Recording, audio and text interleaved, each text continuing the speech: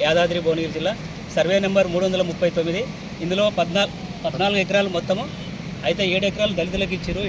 3 ఎకరాలు వచ్చేసి మన వేరే ఎక్స్ సర్వీస్ మ్యాన్కి, ఇంకొక 3 ఎకరాలు వచ్చేసి వేరే వాళ్ళకి ఇచ్చారు. అయితే రోడ్డుకు మటుకు ఎవరికి వీళ్ళకి దళితులకు ఉంటే వాళ్ళకి పోతే వాళ్ళకి కాంపెన్సేషన్ కింద అవార్డు కాపీ కూడా ఇచ్చారు.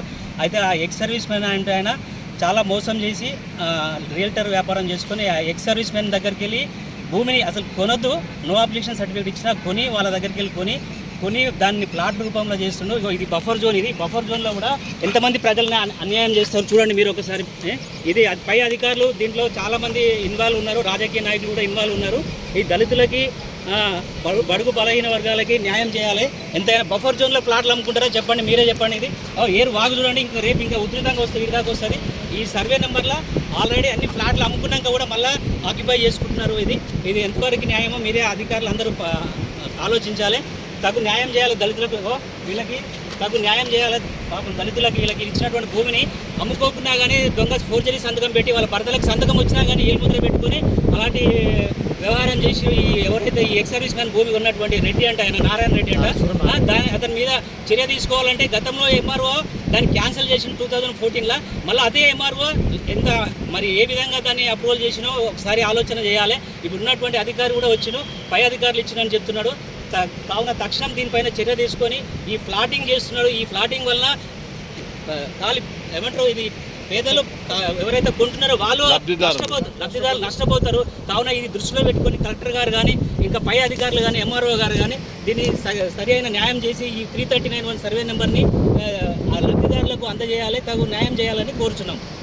ఒక రియల్టర్ కొనుక్కొని దీన్ని ఎక్స్ సర్వీస్ మెన్ దగ్గరికి వెళ్ళి కొనుక్కున్నటువంటి భూమి సీలింగ్ భూమి వాళ్ళకి ఎక్స్ సర్వీస్ మెన్కి గవర్నమెంట్ వారి కోసం జీవనోపాధి కోసం ఇస్తే దానిని ఎన్ఓసి తెచ్చుకొని ఈ రియల్టరు దాన్ని ఫ్లాట్ రూపంలో చేసుకొని వీళ్ళకి అన్యాయం చేస్తున్నాడు. ఈ దళితులని మోసం చేసి ఈ దళితులకి భూమి ఇవ్వాలని అధికారులను కోరుతున్నాం. ప్లాట్లు అమ్మినా కానీ ప్లాట్లు కొన్న వాళ్ళకి బఫర్ జోన్ కింద పోతే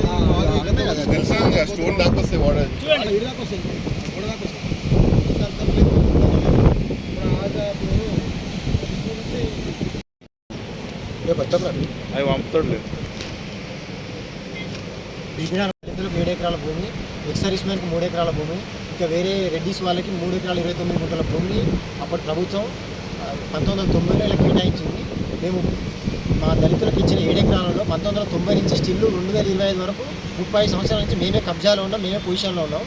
రోడ్ కటింగ్ 2010లో రోడ్ కటింగ్ అయితే దానికి ఎకరం భూమి రోడ్ కటింగ్ కట్ అయితే దాంట్లో అవార్డు కాపీ 7 దళితుల పేరు మీద 5 గుంటల చొప్పున అవార్డు కాపీ వచ్చింది. ఈ అవార్డు కాపీ వచ్చిన తర్వాత 2014లో ఎక్స్ సర్వీస్ మ్యాన్కి ఇచ్చిన భూమి ఆయన 23 సంవత్సరాల నుంచి పొజిషన్లో రాకపోవడంతో అప్పుడున్న ఉమ్మడి జిల్లా నల్గొండ కలెక్టర్ చిరంజీవులు గారు దీన్ని రద్దు చేసి గవర్నమెంట్ ఆక్యుపై చేసుకుని నా ప్రభుత్వ స్కూల్ బిల్డింగ్ కట్టాలని అప్పుడు ఆయన ఆర్డర్ చేసిండు. 2014లో అప్పుడున్న ఎంఆర్ఓ నారాయణ రెడ్డి గారు దీన్ని క్యాన్సిల్ చేసి గవర్నమెంట్ ఆక్యుపై చేసుకుంది. కానీ 2015లో సూరం నారాయణ రెడ్డి అనే రియల్టర్ ఎంటర్ అయ్యి ఎక్స్ సర్వీస్ మ్యాన్ ఫ్యామిలీ కూడా దళితులేరు.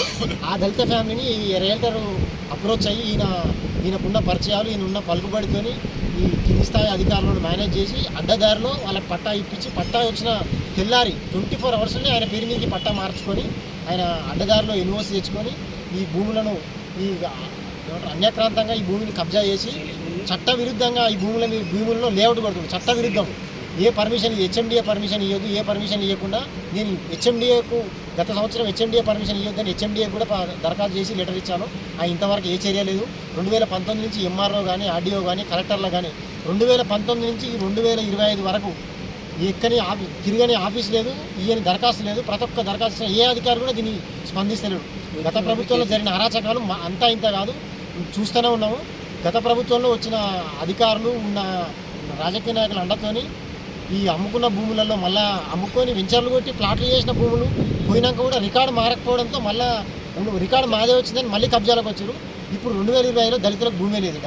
దళితులకు భూమి లేదు. దళితులకు 1,00,000, 2 లక్షలని మభ్యపెట్టి దళితులు అన్ఎడ్యుకేటెడ్ వాళ్ళతోని తమ్ములు బెదిరించి పోలీస్ కేసులు పెట్టి బెదిరించి తమ్ములు వేసుకొని వాళ్ళకి భూమిలోకి వస్తే రౌడీలను పెట్టి బెదిరించి మరి బెదిరించి వాళ్ళని భయభ్రాంతులకు గురి చేసి భూమి మీదకి రాకుండా చేస్తారు. పోలీసు వాళ్ళు కూడా పోలీస్ స్టేషన్లో నేను జూన్ 29వ తారీఖు నేను పోలీస్ కంప్లైంట్ ఇచ్చాను. ఆ కంప్లైంట్ మీద ఇంతవరకు సీఐ గారు ఎలాంటి చర్య తీసుకోలేదు. నన్ను బాధితునితో మాట్లాడాల్సింది పోయి బాధితుని కాకుండా బాధితునే బెదిరిస్తుంది సీఐ గారు. బాధితుని బెదిరించి నువ్వు భూమిలోకి వస్తే నీ మీద కేసులు బుక్ చేసి లోప చేస్తాని నన్ను బెదిరిస్తుంది. మరి సీఐ గారు వాళ్ళ తరఫున ఒకళ్ళతో కూసుకొని మరి ఆయన డబ్బులు తినడా ఏం తినడో మాకైతే తెలియదు. వాళ్ళ తరఫున మాట్లాడుతుంది సీఐ గారు. వాళ్ళకు అత్తగారింటికి అల్లుడు వస్తే రాజమయ్య ఎట్లా చేస్తారో అలా ఆపోజిట్ పార్టీకి అంత మర్యాద చేసినాను. నేను ఎస్సీ కమిషన్లో కంప్లైంట్ ఇచ్చిన. ఆ ఎస్సీ కమిషన్ నుంచి నోటీసులు వచ్చినాయి ఎస్హెచ్ఓ గారికి కానీ, ఎంఆర్ఓ గారికి కానీ, కలెక్టర్ గారికి కానీ. దాని మీద కూడా ఇంతవరకు చర్య లేదు. మరి ప్రభుత్వ అధికారులు డబ్బులకు రియల్టర్లకు ఒత్తాస వాళ్ళకి దళితులను ఆగం చేస్తున్నారు. దళితులకు ఇలాంటి సామాన్యునికి ఇలాంటి న్యాయం జరుగుతుంది. చదువుకున్నానికి ఇంత అన్యాయం జరుగుతుంది. ఇక చదువురాని ఇలాంటి దళితులకి ఆఫీస్ మెట్లు కూడా ఎక్కనియారని మేము కోరుతున్నాము. అధికారులు ఇకనైనా మేల్కొని ఈ మబ్బు నీళ్ళకి మేల్కొని సామాన్యులకు న్యాయం చేయాలి. న్యాయపరంగా చర్యలు తీసుకొని దీని మీద చర్యలు తీసుకొని ఇది హెచ్ఎండిఏ పర్మిషన్కు విరుద్ధంగా గోడలు కట్టి ఈ బఫర్ జోన్లో ఉన్న ఈ ఇష్టపెట్టాల్సిన భూమిని ఇష్టపెట్టకుండా మొత్తం ఏట్ల దాకా కబ్జా చేసి ఇలా భూమి లేదు. ఆయనకి ఇచ్చిన హెచ్ఎండిఏ పర్మిషన్లో కూడా నేను పర్మిషన్ ఇవ్వద్దని కంప్లైంట్ ఇచ్చిన. అయినా కానీ పర్మిషన్ తెచ్చుకుంటా అడ్డదారిలో తెచ్చుకున్న పర్మిషన్ కొన్ని టర్మ్స్ అండ్ కండిషన్స్ ఉన్నాయి. ఆ టర్మ్స్ అండ్ కండిషన్ వైలేట్ చేసి కాంపౌండ్ వాళ్ళు గోడ పెడుతుంది, పిల్లర్లు వేసి గోడ పెడుతుంది. ఇది గోడ పెట్టొద్దు నేను గ్రామ పంచాయతీ కానీ మా గూడూరు గ్రామ స్పెషల్ ఆఫీసర్ బీబీఆర్ ఎంఆర్ఓ కానీ దరఖాస్తు ఇచ్చిన. ఆయన చర్యలు తీసుకోవాలి. లెటర్ పెట్టినామంటారు. 15 రోజులు అవుతుంది ఇంతవరకు ఏ చర్య తీసుకోవాలి. దాన్ని డిస్మాంటిల్ చేయమంటే చేస్తలేరు. ఆయన ఈ సూర్యనారాయణ రెడ్డి ఏదో మినిస్టర్లతో ఎవరితోనో పిఏలతో ఫోన్ చేయించాడు. మరి ఏ మినిస్టరు మరి అధికారులు మరి వాళ్ళ రియల్టర్ల కోసం పనిచేస్తున్నారు, ఈ సామాన్యుల కోసం పనిచేస్తున్నారు. మరి సామాన్యులకు అప్పుడు ఈ భూములు ఇచ్చింది కూడా అప్పుడున్న ఇందిరమ్మ రాజ్యమే. 1990లో ఇందిరాగాంధీ గారు సీలింగ్ యాక్ట్ తెచ్చి ఇందిరాగాంధీ గారి పీరియడ్లో అప్పుడున్న గూడూరు గ్రామ సర్పంచ్ గోపాల్ రెడ్డి గారి పీరియడ్లో ఈ భూములు దళితులకు ఇచ్చారు. మళ్ళీ అదే కాంగ్రెస్ ప్రభుత్వంలో దళితులకు గుంజుకుంటారు. ఇప్పుడున్న ప్రభుత్వం కానీ సీఎం రేవంత్ రెడ్డి గారిని ఒకసారి ప్రైమ్ మినిస్టర్ ఉన్నప్పుడు ఇందిరాగాంధీ ప్రభుత్వమే మాకు భూములు కేటాయించింది. అప్పటి నుంచి కూడా మేము ఇప్పటికే ఉన్నాం. గత ప్రభుత్వంలో జరిగిన అక్రమాలు ఈ దళితుల దగ్గర భూములు గుంజుకొని దళారుల పాలు చేస్తుంది. ఇప్పుడున్న కాంగ్రెస్ ప్రభుత్వం ఇస్తే దళితులకు మళ్ళీ ఇచ్చిన భూమిని దళితులకు న్యాయం చేసి దళితులకన్నా కేటాయించాలి. ఈ దళారుల మీద కేసులు బుక్ చేసి దళారులను ఈ భూములు గుంజుకోకుండా ఈ ప్రభుత్వం కాపాడాల్సిందిగా మేము ఎన్నో విజ్ఞప్తి చేస్తున్నాం. గత 5 సంవత్సరాల నుంచి నేను తిరిగినా కానీ ఎటువంటి న్యాయం దొరకలేదు నాకు. ఇకనైనా ఈ కాంగ్రెస్ ప్రభుత్వం న్యాయం జరుగుతుంది. మీడియా ముఖంగా మీడియా మిత్రుల ద్వారా ప్రభుత్వానికి సవినయంగా తెలియజేస్తున్నాం.